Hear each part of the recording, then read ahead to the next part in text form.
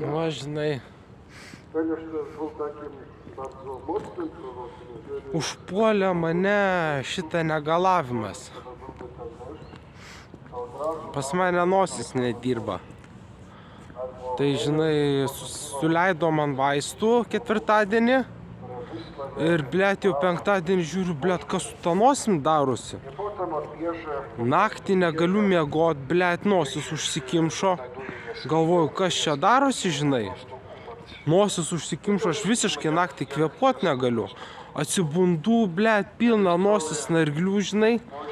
Tai va, man suleido vaistų, o dabar negaliu kvėpuot per nosį. Tai paskambinau mamai, mama sako, iš karto rašykis pas budintį gydytoją. Jopšik, bėni mat. Žinok, pirmadienį man 2 kartus paskaitos ir 2 laiptinės reikia valyti. Nežinau, ką daryti. Šiandien skambinau į polikliniką, sako, budintis gydytojas dirba iki 4. Žinai.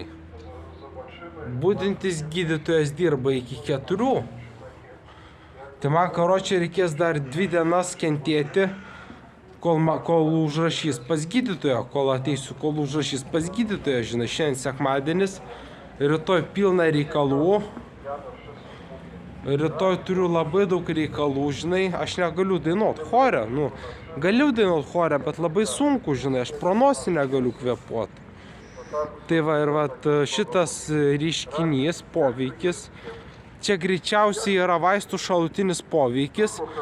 Jau ir taip nuo leponekso seilės bėga ir myžų naktimis. Neapsimyžau, bet seilės bėga nuo leponekso. O nuo paliperidono, nuo ksepliono, tai nosis labiau užsikimšusi. Čia jeigu ką, čia ne pirmas kartas, aš prisimenu 14 ar 13 metais, man suleisdavo paliperidoną ir aš kvėpuot negalėdavau. Tai jo, aš paliperidoną vartoju kažkur jau 2 metai, bet taip atsitiko, kad po 2 metų pasireiškia šalutinis poveikis. 2 metus nieko, bet paskutinį kartą, kai suleido injekciją Šeškinės poliklinikoje, aš dabar kvėpuot per nosį negaliu, supranti. Tuoj kalbėsiu kaip prancūzas, žinai. Aš dabar kvėpuot per nosį negaliu, nes man suleido vaistus ir pasireiškia šalutinis poveikis. Iš karto jau kitą dieną po vaistų aš jau kvėpuot normaliai nebegalėjau. Tai dabar yra planas toks, kad rytoj teks su užgulusia nosim, su nekvėpuojančia nosim, eiti paskaitas, ane?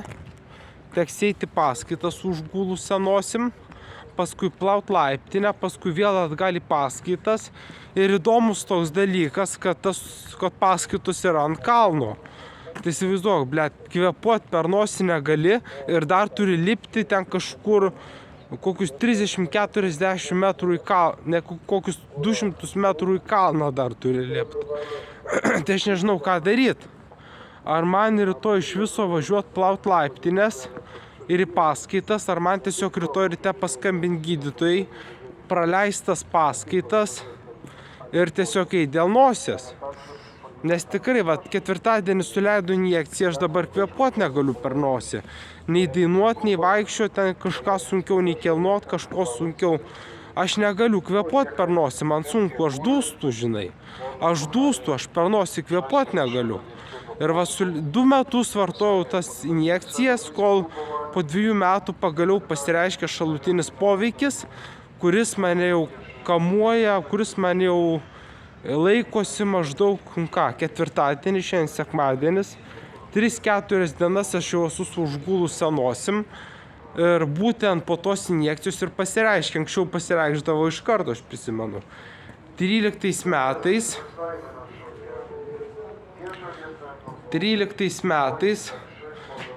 man būdavo taip, kad praeidavo kelios valandos ir aš jau viskas, kvėpuot negaliu, žinai. Bet man reikia, kad užfiksuotų gydytojas, jo. Man reikia, kad gydytojas nustatytų šitą dalyką. Jeigu nustatys šitą dalyką, aš galėsiu,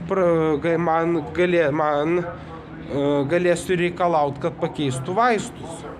Man svarbiausia, kad gydytojas nustatytų, jog užgulusi nosis ir nuo ko ta nosis užguls, šiaip aš jau žinau, nes aš anksčiau irgi esu ten prieš 10 metų vartojo šitas injekcijas, tai aš noriu, kad man nustatytų, nuo kokių vaistų ir nuo ko užgulo nosis. Visų pirma, kad nosis užgulusi, kad nustatytų, jog nosis užgulusi, o visų antra, kad nustatytų nuo ko. Kad išaiškintų, dėl ko tas šalutinis, nuo kurio vaisto yra šitas šalutinis poveikis. Nes čia tikrai nuo vaistų, prieš 10 metų irgi buvo tas pats.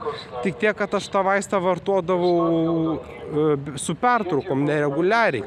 Bet sakau, 2 metus vartoju Xeplioną ir po 2 metų pasireiškia šalutinis poveikis iš karto po injekcijos jo. Tai šitas šalutinis poveikis man pasireiškia iškart po injekcijos praėjus 2 metam. 2 metus jokio šalutinio poveikio nebuvo, o po 2 metų suleido paskutinį kartą injekciją ir pyst, nosis jau nebedirba.